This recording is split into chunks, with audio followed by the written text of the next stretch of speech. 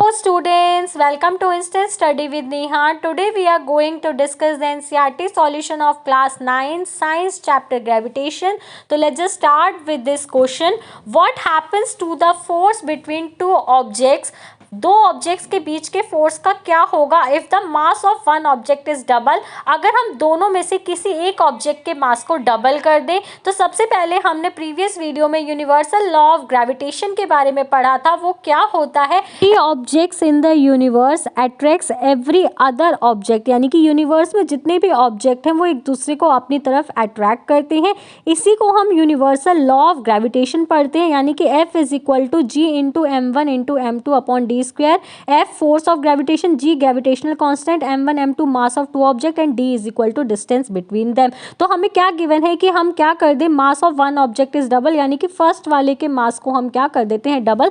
तो M1 की जगह हम क्या लिखेंगे 2M1। तो F is equal to G into 2M1 into M2 upon D का स्क्वायर। हमने फॉर्मूले के अंदर सिंपली हमने मास को डबल करके पुट कर दिया। हम 2 को कॉमन ले लेंगे तो 2 इंटू फॉर्मूले को हम क्या लिख देंगे एज इट इज लिख देंगे, यानी कि जो हमारा फोर्स ऑफ ग्रेविटेशन वो क्या हो जाएगा डबल हो जाएगा अगर हम मास को क्या करेंगे डबल करेंगे। इससे पहले भी हमने पढ़ा था कि जो फोर्स होता है it is directly proportional to the product of their masses, यानी अगर हम मास को इंक्रीज करेंगे तो फोर्स भी इंक्रीज हो जाएगा एंड अगर हम मास को डिक्रीज करेंगे तो फोर्स भी क्या हो जाएगा डिक्रीज हो जाएगा। तो मास डबल करने से फोर्स भी डबल हो जाएगा। सेकेंड क्वेश्चन हमें गिवन था distance between the object is double, यानी कि जो ऑब्जेक्ट्स के बीच का डिस्टेंस है उसको अगर हम डबल कर दें तो d की जगह पर हमें क्या पुट करना पड़ेगा 2d, यानी कि डिस्टेंस को हमने डबल कर दिया। तो formula F is equal to G into M1 into M2 upon D square.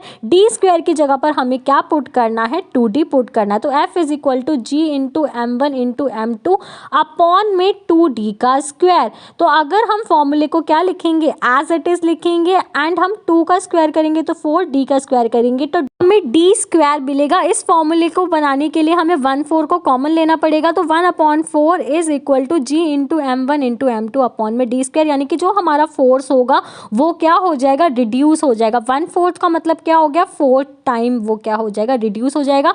हमने पढ़ा भी था कि force is inversely proportional to the distance between the object, यानी कि अगर हम डिस्टेंस को बढ़ाएंगे तो फोर्स अपने आप ही क्या हो जाएगा कम हो जाएगा।